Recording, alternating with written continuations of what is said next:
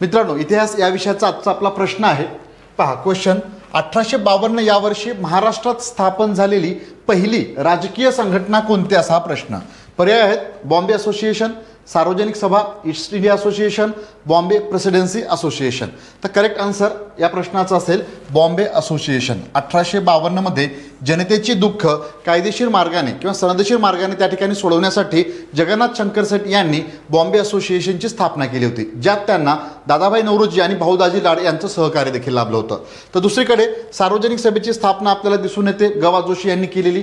त्यानंतर east India association, बाकीचे पर्यायाबद्दल आपण नोट करून घेतोय.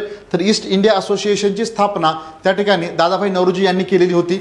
आणि याचबरोबर बॉम्बे प्रेसिडेन्सी असोसिएशन याची स्थापना या ठिकाणी आपल्याला दिसून येतं फिरोजशाह मेहता यांच्या संस्थापक अध्यक्ष फिरोजशाह मेहता होते. आणि त्यांच्यासोबतच या बॉम्बे प्रेसिडेन्सी असोसिएशनची स्थापना के.टी. तेलंग आणि बद्रुद्दीन तय्यबजी यांनी केलेली आहे.